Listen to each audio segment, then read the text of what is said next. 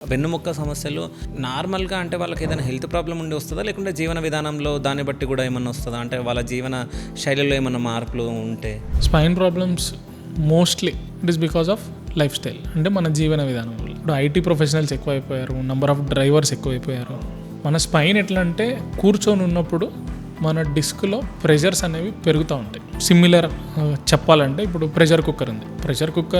Pressure పెరుగుతున్న కొద్దిగా దానికి ఒక విజిల్ ఉంటుంది, ప్రెషర్ రిలీజ్ అవుతుంది. మనకేం లేదుగా, కూర్చొని ఉన్నాం, కంటిన్యూస్గా కూర్చొని ఉంటే ఏమవుతుంది, డిస్క్లో ప్రెషర్ అనేది పెరుగుతూనే ఉంటుంది.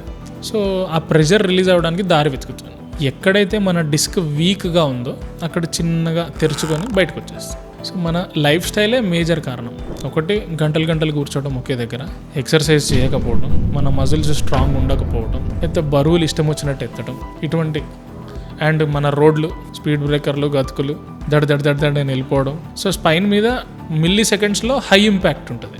సో ఆ ఇంపాక్ట్ మన స్పైన్ బాగుంటే తట్టుకుంటుంది, బాగాలేదనుకోండి తట్టుకోలేని టైంలో ఈ డిస్క్ ప్రాబ్లమ్స్ అనేవి ఎక్కువ వస్తాయి.